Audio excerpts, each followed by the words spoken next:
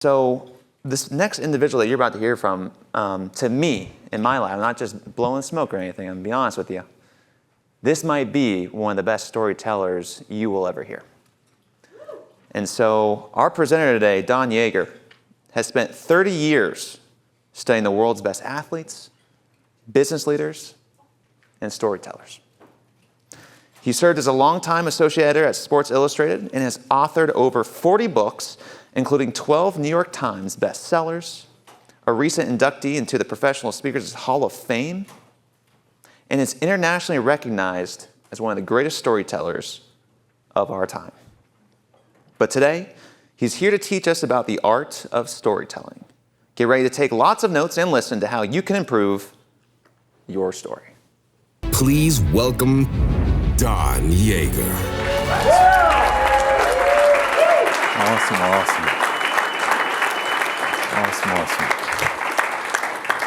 So it was Thanksgiving, my freshman year in college. I had come home to celebrate with my family what was in our household a most tradition-laden celebration.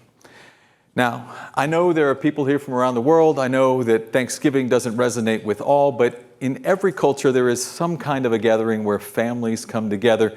And I don't know what that gathering was like in your house growing up, but in my house, there was one thing we always knew we were going to run out of: chairs. There were never enough chairs.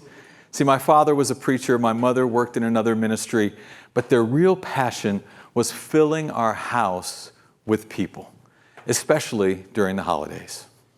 Now, as I was getting there and I was coming home, my father had invited us to stay he wanted to bring as many people in as he could for Thanksgiving Day, and that particular Thanksgiving changed my life. See, by noon, the living room and the dining room were filled. By 1 o'clock, the back porch and even parts of the backyard were loaded. And just as the aroma of turkey and dressing was filling the air, my father stood, he cleared his throat, and he started telling a story.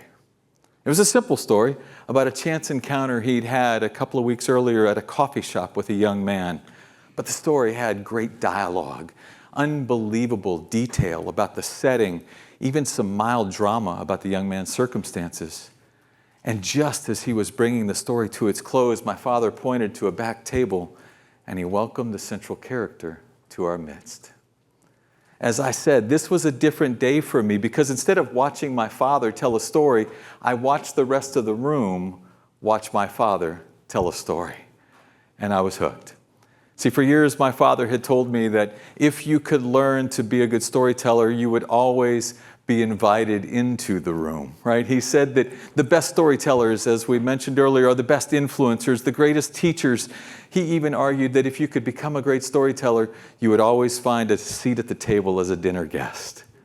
But I'd filed that wisdom away where most children file wisdom from their parents until that day. On that day, I began a journey that leads us here today. I began studying the great storytellers of our time, trying to understand what it was that they did that made their time telling stories special.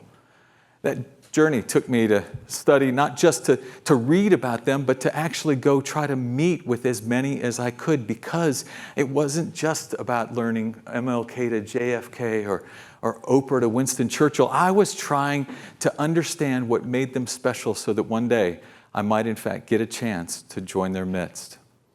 And what I found was that there were a handful of storytellers that if we can lean into them, they will make us better. I wanted to ask, who could teach me how to tell a great story? And then I wanted to know, what were their habits?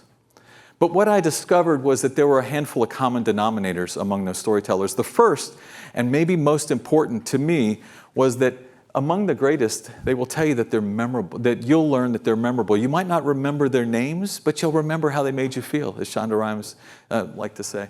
You will learn the idea. The second of those things is that the great storytellers will share with you that they worked to become a good storyteller. A lot of people will say to you, oh, I don't have that gene. I'm just not wired for story. Are you kidding me? It is not a gene. It's an art form, and those who work on the art form can become better at it. And the third thing was that the great storytellers actually have a story bank.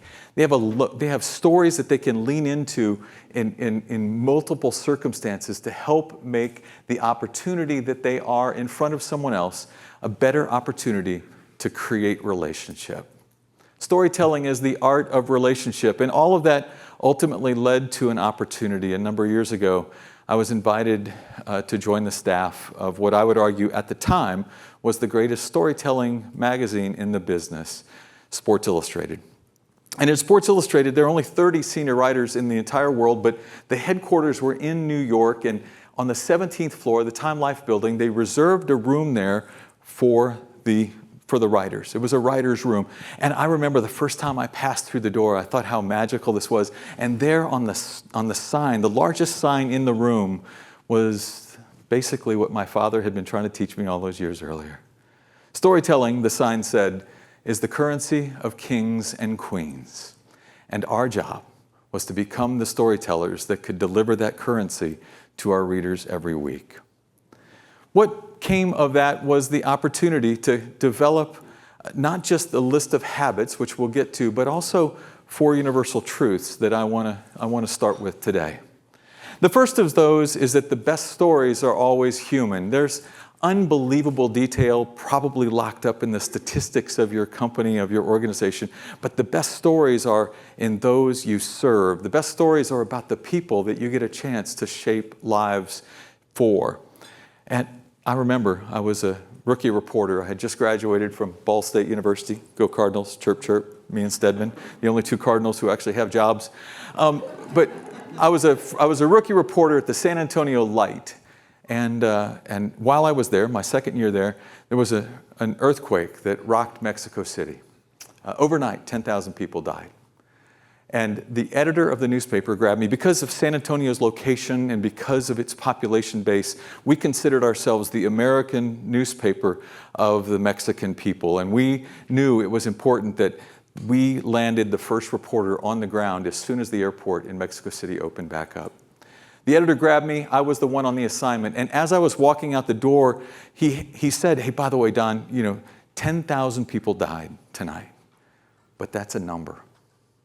When you're there, tell me the story of one.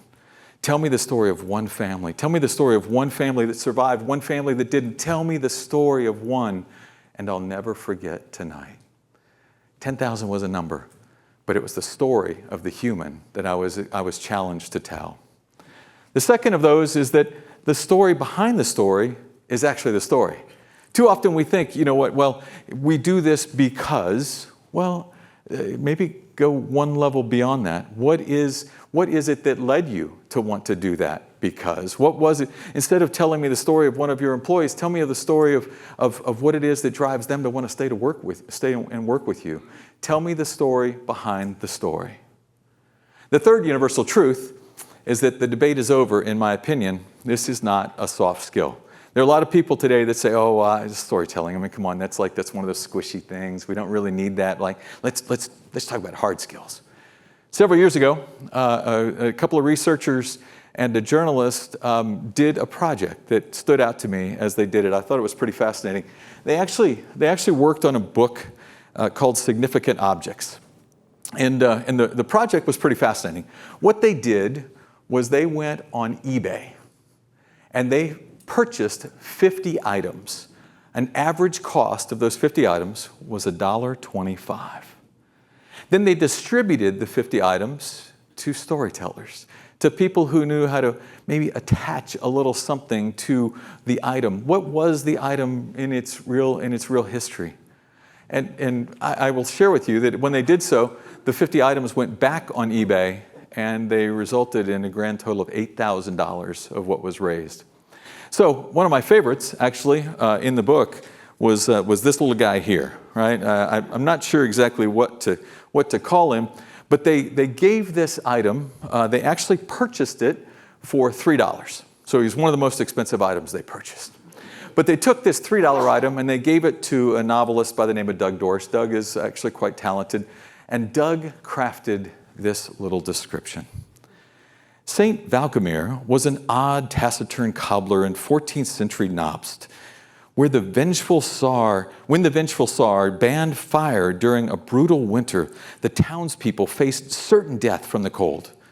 Valkymir saved them by dancing with incredible speed on wooden discs in the town square, his rapid movements creating enough friction to set them ablaze. He danced all winter long, providing warmth for the village, until he died of exhaustion in April. This icon of Saint Valkymir was given to my grandmother when she left Knops for America. Legend says these icons can come alive on cold nights and dance, throwing sparks. My grandmother kept it under a protective glass cover, which I recently broke while dusting. My wife now insists that I sell it, calling it, quote, at best a tacky dust-collecting tchotchke, and at worst, a tacky dust-collecting fire hazard. There's no reasoning with her. She is descended from an unimaginative people who know nothing of heroes. I hope you will give Saint Valkymir the home he deserves. With that description, they put this on eBay, and they sold it for $193.50. So by the way, this is not a soft skill. The ability to tell your story, to tell it better, actually there's dollars and cents attached. And let's make sure we remember that. Fourth of the universal skills, though, the universal truths that I would offer with you is that the best stories do not follow a formula. And I know that's not ever fun because most people come and they want the formula. They're like, let me insert hero here and action there, and let's just plug it in. And if you actually were to, in fact, go to Google today and type in how to tell a great story, you will get 19.3 million responses in a matter of seconds. Many of them link to a process that we all know called the hero's journey. But what I will tell you is when you get into conversation with those who tell stories and tell them well, they will share with you that they don't follow some kind of a formula. What they do, though, have in common are a series of habits. But I know there are still some people that just like demand, Don, give me a formula, please, give me a formula. So I will offer a formula for you today, and that is that connection, which is what we are all attempting to make, right? That is our goal, is to create connection. Connection is the result of trust and value, and when you learn how to tell a great story, you inspire others to trust you. You then get the opportunity to offer them value. So with all of that, I came to a conclusion that there were, after 30 years of research, 30 years of reaching in and talking to people, there were 10 elements of a well-told story. Those 10 elements are actually in a book, a little workbook that was at each one of your seats when you came in. I'm going to share a QR code in a bit in which you can get it. You'll get an electronic version of it if you want to be able to use it for other purposes. But I could give you those 10 elements as a list. But I'm an author. As was shared, I've written a lot of books, so I see everything in bookshelves. Bookshelves are good. So I put them on a bookshelf for you. And as we look through these books, I want to start today in a time I've been given by talking to you about the two places that most storytellers fail. You want to dig into the art of storytelling, what it takes. There are two places where most storytellers actually miss the mark, and in the miss on those two places, it doesn't matter how great they are with all the other 8, they fail in this space, and they're not allowed then to be able to be heard by you in a way that will make them memorable. Those two bookends are audience and call to action. So I'm going to start with the first one of those bookends, which is know your audience. It sounds like a very simple phrase, right? What can you know about your audience in advance? Who are you talking to? And what is it they need from you? Why should they listen to you? As I started thinking about this many years ago, I developed a pretty simple formula based around 3 concentric circles. The idea of knowing your audience. How could you do that? In the outer circle is just straight up research. What can you learn about the people that, if it's an audience of 1, if you're going to lunch with somebody or a room full, what can you learn about the people you will be in front of that will give you an opportunity to hopefully be heard differently? You know, I use this phrase all the time. I'm going to say it to you twice because it means that much to me. Nothing makes someone more interested in you than when they discover you've invested time to show interest in them.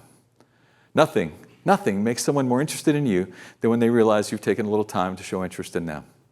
So, with that in mind, I will tell you that I was looking at the audience here. I had Kevin actually send me the list of all of you, and I took a little time on Friday, 30 minutes, that's all it was, right, to look at social media, at profiles, maybe look at podcasts that some of you have been on, other things that are out there, and came up with several pages of little details that I was trying to look for as I was understanding who I would be standing in front of today. My good friend Carrie, my new friend Carrie over here, Carrie Siggins, right? Carrie, as I was looking at your profile, one of the things that stood out to me was that you played 3 years. You were the captain of your college softball team for 3 years, right? So to play Division I sports, that takes or to play sports at any level collegiately takes an awful lot of discipline and amazing amount of being able to hold yourself together, and then to be captain, you had to hold others together. I love that. I had the opportunity to play Division I sports as well. I was never a captain. I was never elected as captain, but I know what it meant for you to be able to do that, and I found that to be really impressive as I studied you. Where's Martin Rowinski? Where's Martin? Martin in the room? Is Martin here? Wow, I was going to brag about Martin. But Martin, obviously, whatever he's doing is more important than this. I don't know. Martin, anyway, all right, Martin, we're skipping on Martin. And I hope I'm not going to miss on Brandon. Is Brandon here? Oh, man, did I go really 1 for 3? Although in softball, that would make me an All-American, right, if I was 1 for 3.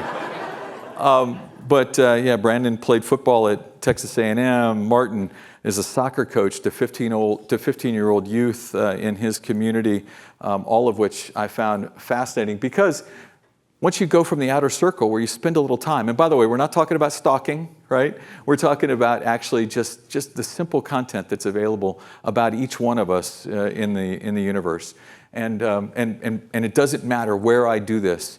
I'm always able to find something because the research then leads to that second circle, which is connection. It's the opportunity to seek to establish trust and comfort by identifying something that the two of you have in common, right? You have to know a little bit about them to be able to create that connection. And then once you do that, it leads to that center circle, the breakthrough, which is the opportunity to ask deeper questions, to actually be heard differently. If you've taken the time to do these 3 circles, you will establish the story you're going to tell will be heard differently. Let me share with you an example, an opportunity I had several years ago. There was a guy by the name of Michael Jordan, basketball player, pretty good in his day. Michael Jordan was turning 50 years old, and for the purposes of that particular day, he had picked 4 journalists to spend the day with, and I was one of the 4. So I'm preparing to go spend the day with Michael Jordan, and I had interviewed him a number of times before, knew him well enough that we had a little bit of a relationship, but I wanted to try to make that day different. I wanted to try to find somewhere that I could go that day that would be different than any opportunity I'd had before. So in my research, one of the things that stood out, some of you might know, Michael Jordan had a very strained relationship with his father, right? Strained relationship with his father. And so it was interesting, but in none of those conversations did Michael go to that next level with the journalist who was interviewing him and explain the root of that difficult relationship. I wanted to try it. So I chose to use as a connection point the fact that I had a very strained relationship with my father. I shared earlier my father was a preacher. I don't know if there are any other preacher's kids in the room, but if you're a preacher's kid, some of them, like John Register, turn out really good. Some of them turn out really bad. I was the bad one. But in that process, one of the things that happens often with preacher's kids, and this was very true for me, was that I felt for much of my childhood, when things were wrong at home, my father always seemed to be at somebody else's house trying to fix their problems, right? It took me many years to figure it out and many conversations with him to understand that that was his role. That was what he was there to do, and I had to learn to get over it. But that difficulty, when I shared it with Jordan, the idea was very simple, right? We both had this one very small thing in common. We both desired, craved, hoped for our Father's love and attention and felt like we never got it. That led to a breakthrough opportunity. It created a comfort zone between the two of us that allowed me to ask a question that Michael Jordan would later say to me he had never been asked before.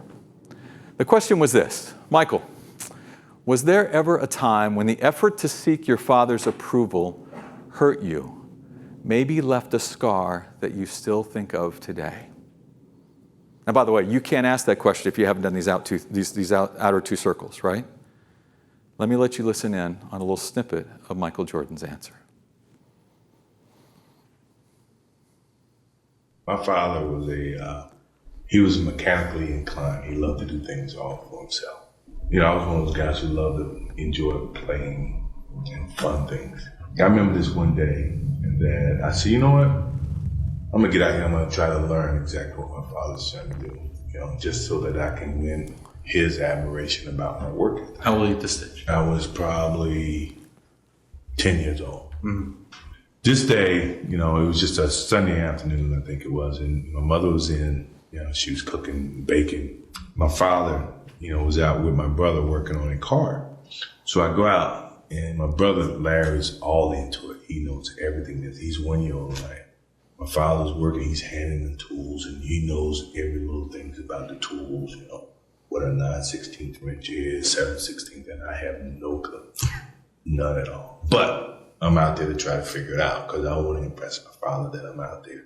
Instead of asking my brother this time, he asked me to involve me in the whole process. He says, can you just, Mike, hand me a 9/16 wrench? So right now, I have no clue. I know what a wrench is.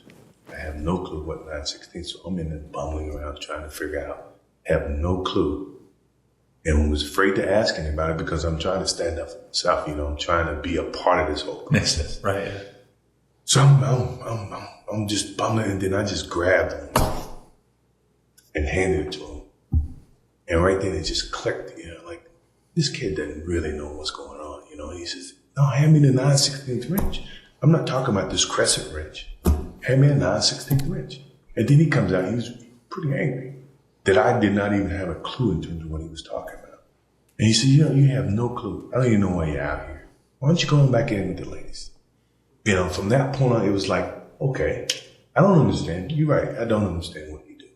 But I know what I do here. This is where I'm going to channel all my energy. And at some point in time, you're going to appreciate what I do here. I dove into sports. I started playing baseball. Then I went to Pop Warner football. Then I went to basketball, YMCA, Boys and Girls Club. I started playing every sport that I could play. And then, you know, from that point on, as I started to excel, my attitude was, okay, I got to prove to him that what I'm doing is what I like. And it's just his value. It's a passion. And I'm good at it. That became my fuel. Mm-hmm. Is that, you know what?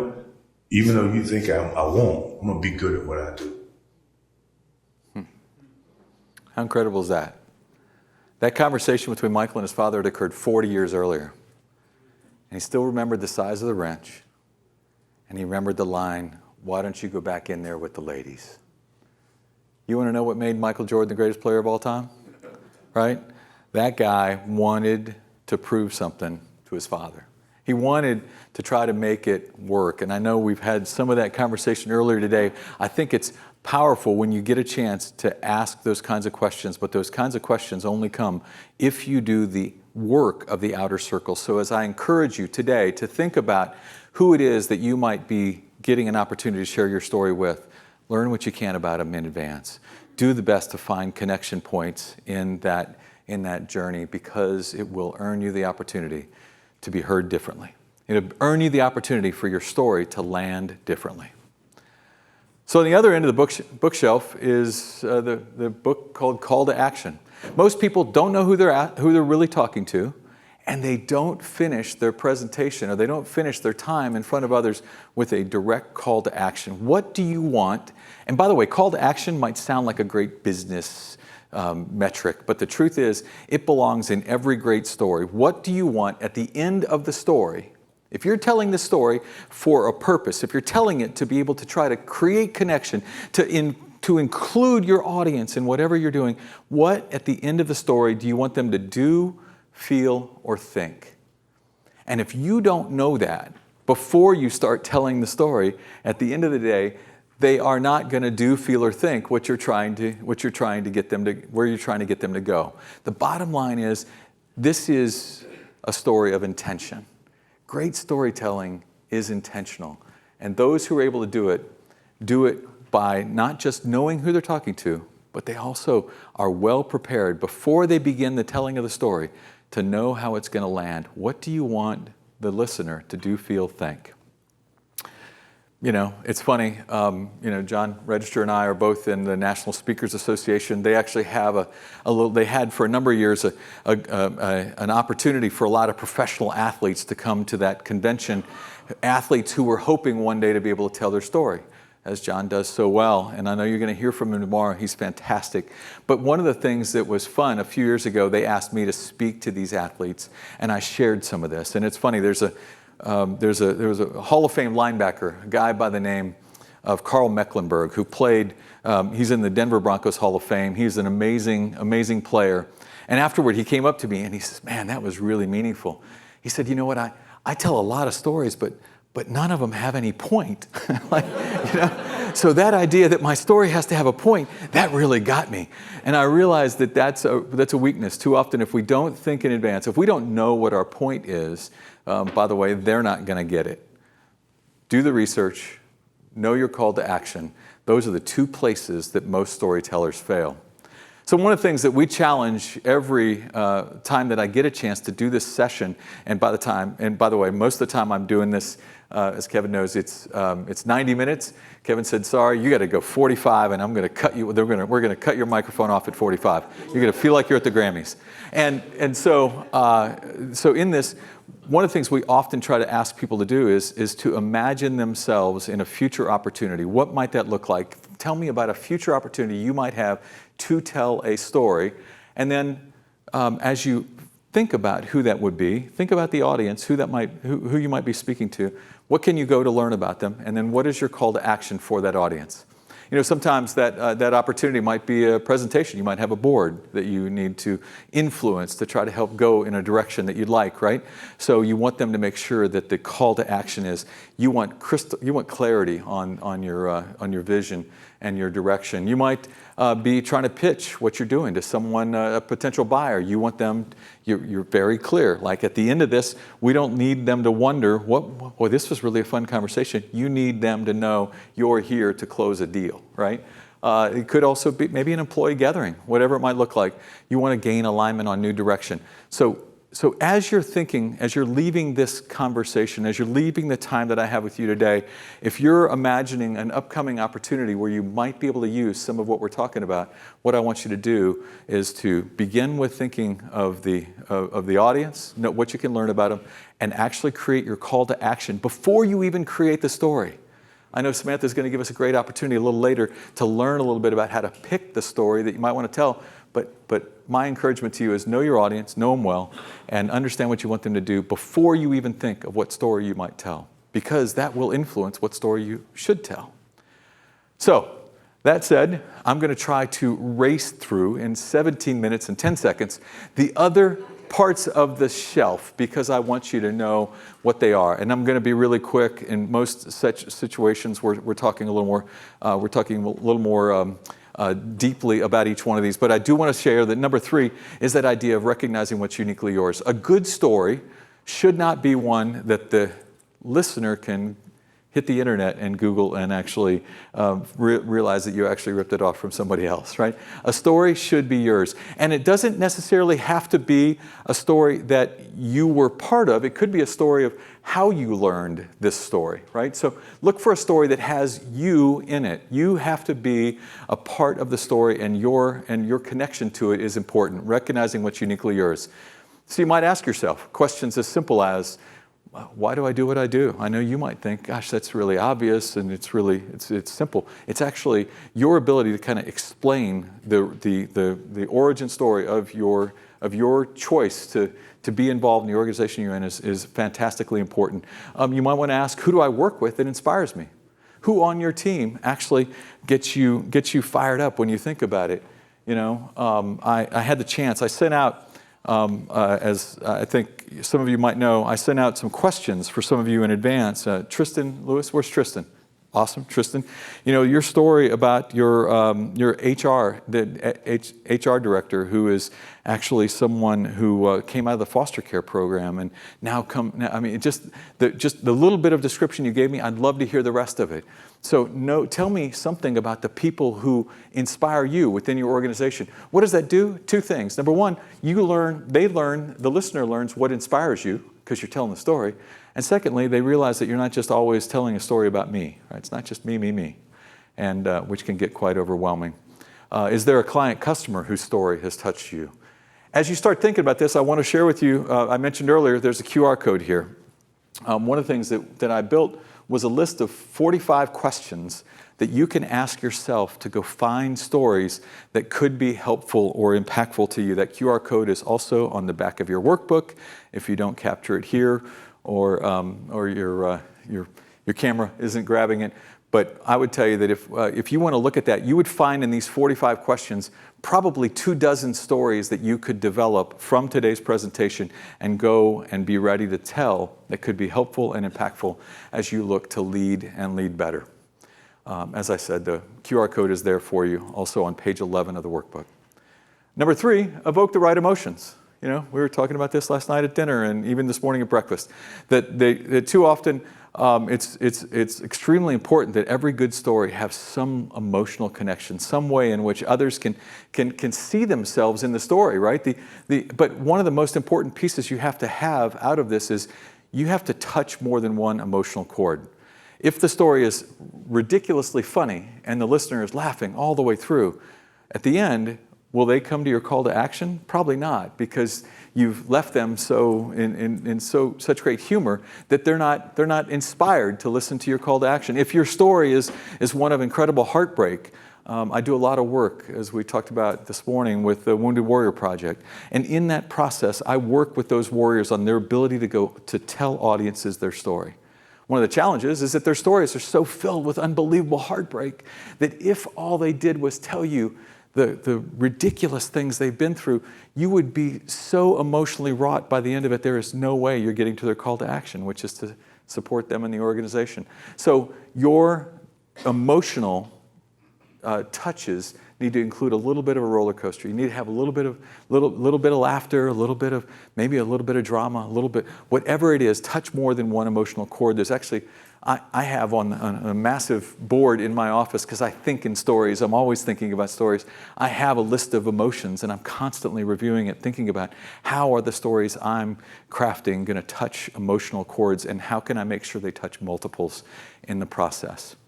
Remember to have balance, it's so important. The fourth is this is the one that if I had more than 12 minutes and 37 seconds, sorry, Kevin's not even here for me to make fun of him. This is not even any fun. If I had more than that, this is one I could spend an hour on, because this is the greatest, this is the one that if I've ever figured out a great takeaway from storytellers, it's this.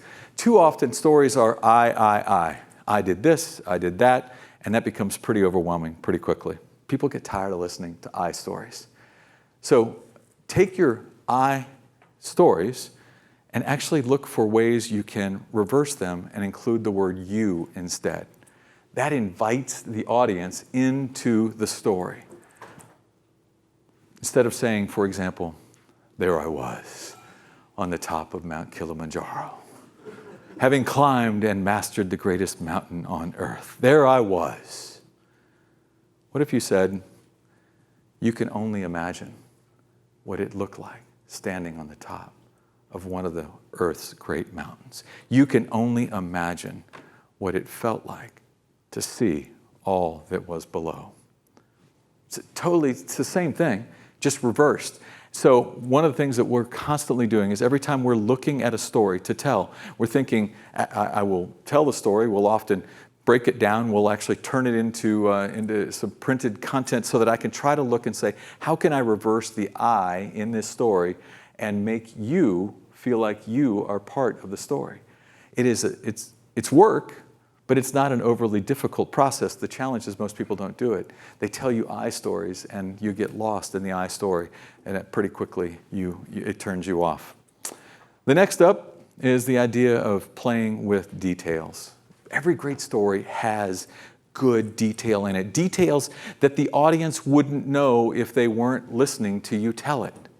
But one of the great challenges is sometimes people get so caught up in trying to present details that they mix the idea of a good detail offering credibility, like somewhere that you now understand, you feel like you know that I was part of that story, or that story had impact on me.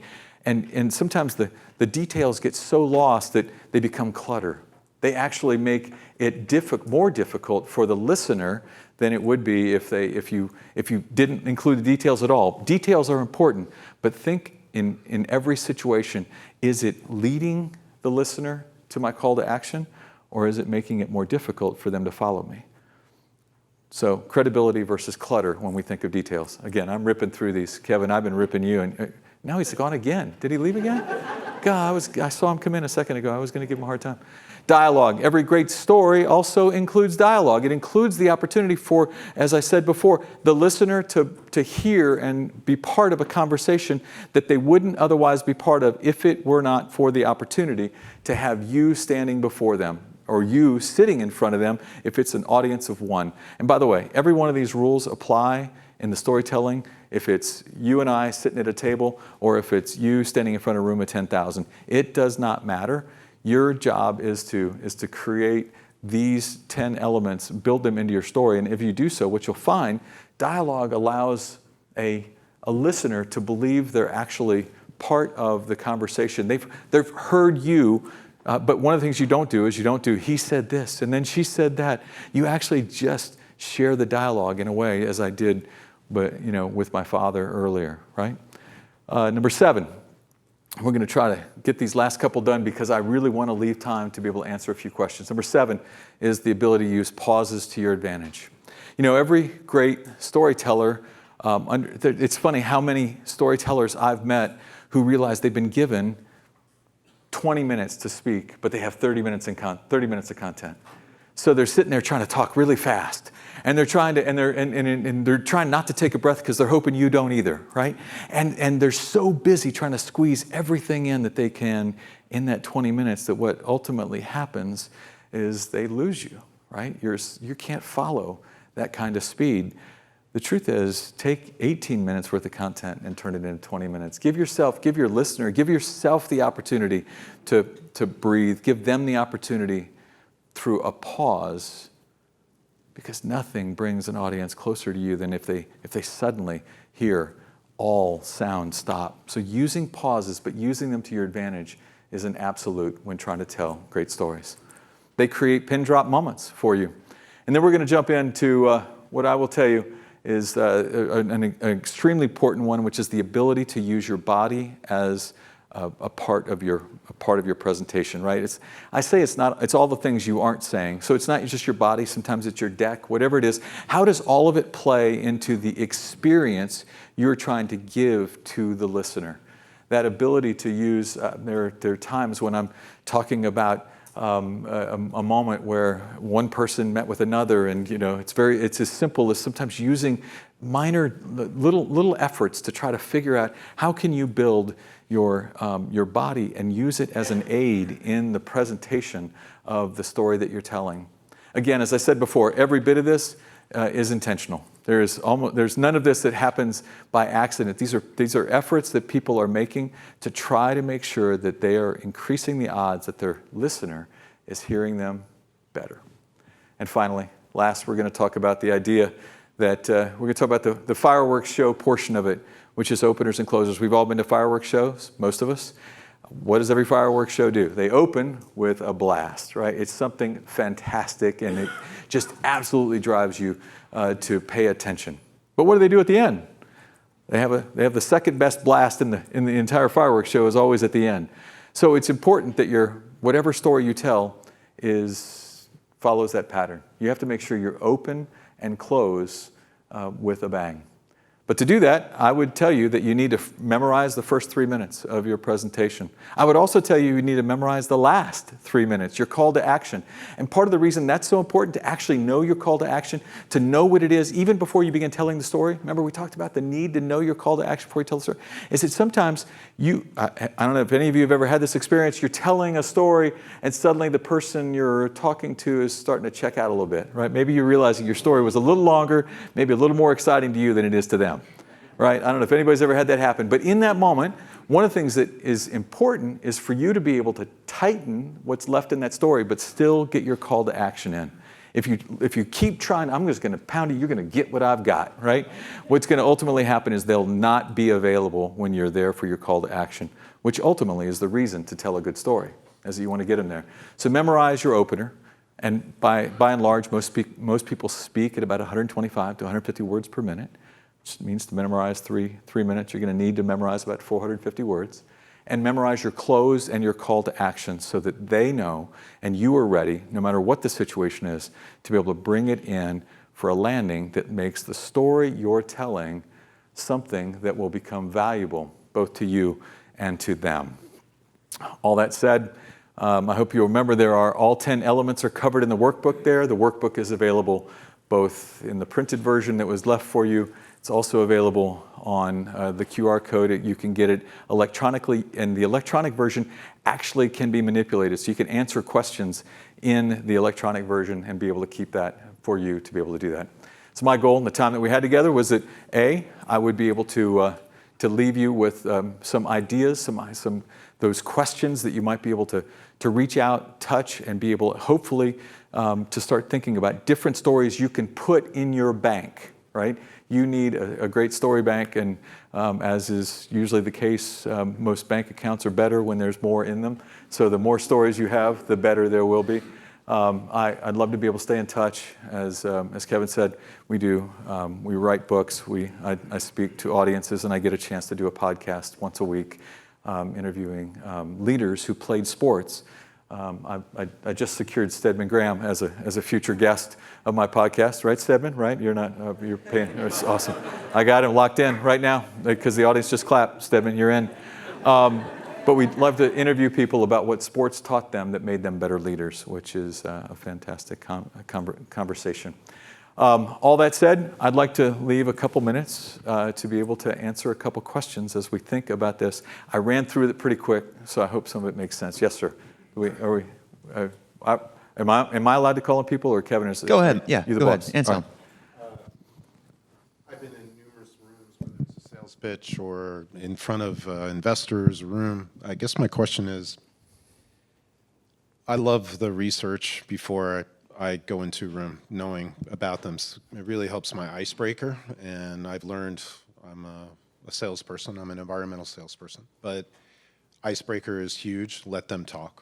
Come up with some catchphrase and let them go. But I guess what happens when you run into a room where you might have researched one individual, but there's 8 others that you had no idea.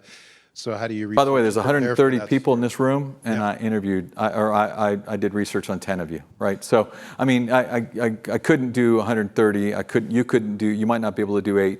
But if you have the chance and you know there's 8, take that 30 minutes. I actually think it's malpractice to not do some kind of research about the people that you're getting a chance to talk to. So if you... What if you did and there's other people in there that you didn't? It doesn't matter. I only picked 3 that I talked about. And did the rest of you feel shorted? Probably not, because you know, but what you know is that I did the research, right? I didn't just tell you to research your audience. I actually did it. So the idea would be to spend a little time with that one. And if you can find 2, that's even better, right? But try to know who you're walking in on, because the closer you can get to learning something about them, what is it that actually, do they wake up every morning, can't wait to go do, right? Is there some sporting event they love to go be part of?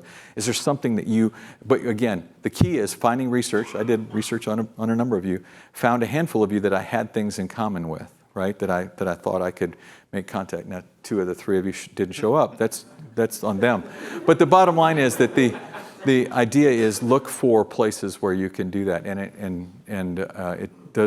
it no matter how many you do, it gives you an opportunity to open a door. It begins the conversation differently. Because now they realize, as I said before, you've actually done the work before you walked in and asked for their business. Anybody else? Anselm, thank you. Any other questions? Yeah. Linda.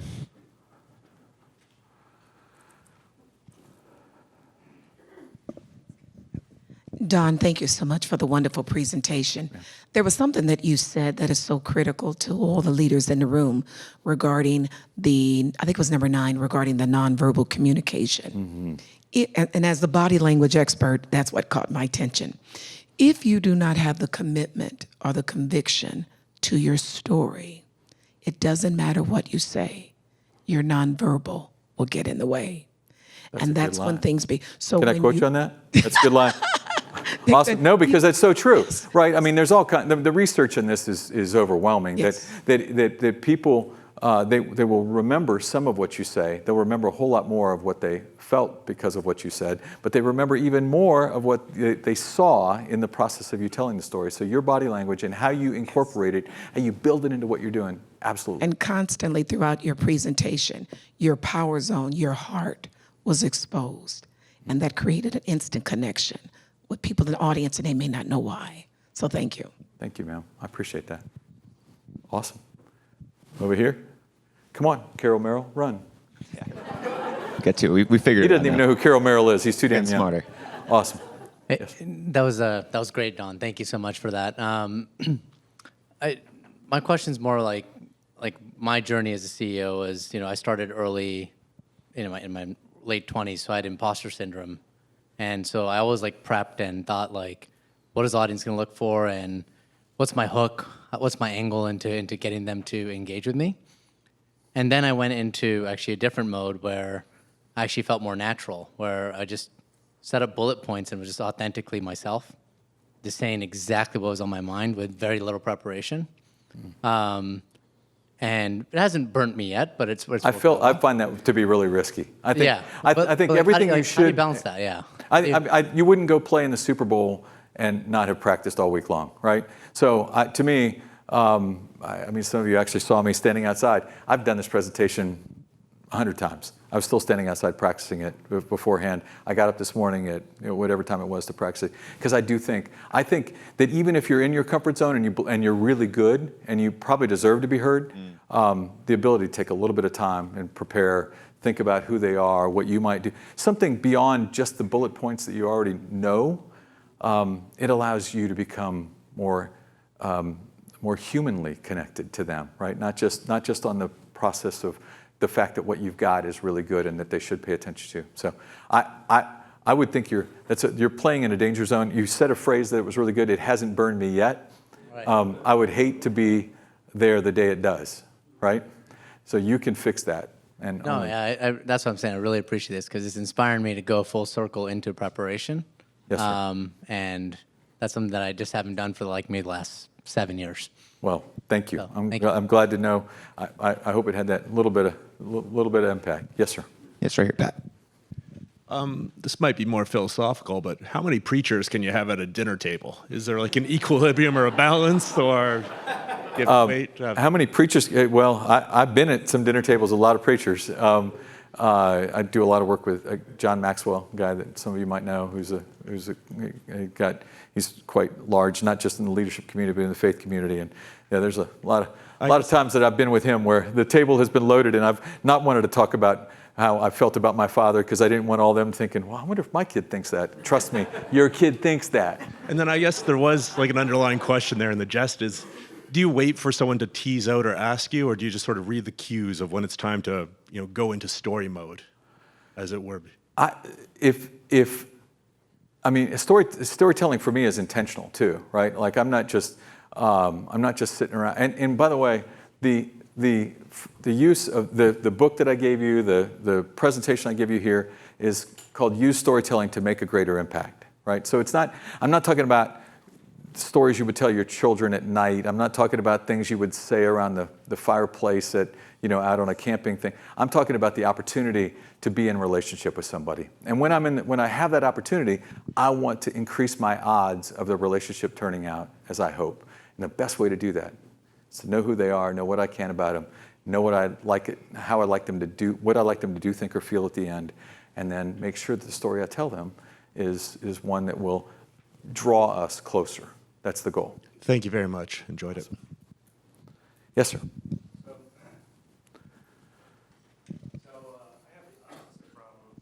Than the gentleman over there. I'm so terrified in front of my team that I'm going to say the wrong thing. I'm not. So I end up writing it all out and then reading the words. And my team has said over and over again, you've got to be more natural. Right. What advice do you have for me?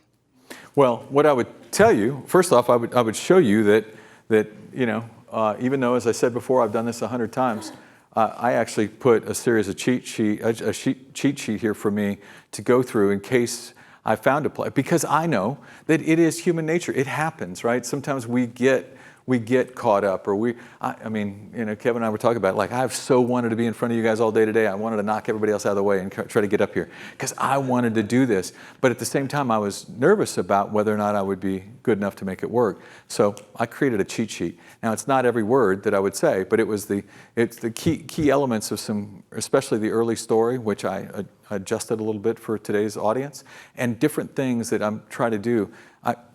Don't be afraid of using a cheat sheet, but don't make it word for word. Try to find yourself, what are some key phrases that will inspire you to say the things you need to say?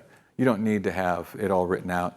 My guess is, especially if you take a little time to practice it, that a little sheet like this will probably do it for you. Great, thanks. I'll give it to you when you're done. I'll sell it to you on eBay for $97.30. Yes. So I watched you with Warwick Dunn and at a John C. Maxwell Learn to Lead. You were there. Wow. I was there. It's one of the coolest days ever. It was a great interview. Can I tell them all real quick what that? Sure, absolutely. So this is a book that I wrote a number of years ago with an NFL football player named Warwick Dunn, right? Warwick Dunn was a running back, little guy. He was 18 years old when his mother, who was a police officer in Baton Rouge, was shot and killed in a robbery at a bank. So he became father to his 5 younger brothers and sisters. He raises them. He takes them to college with him, puts them through elementary and middle school while he plays college football, wins a national championship. He's 5'8", 178 pounds as a running back, small as you can imagine. But he becomes a first-round draft pick in the NFL draft. Tony Dungy drafts him in Tampa Bay. He goes into the NFL, he signs a huge contract, decides to buy homes for women like his mother.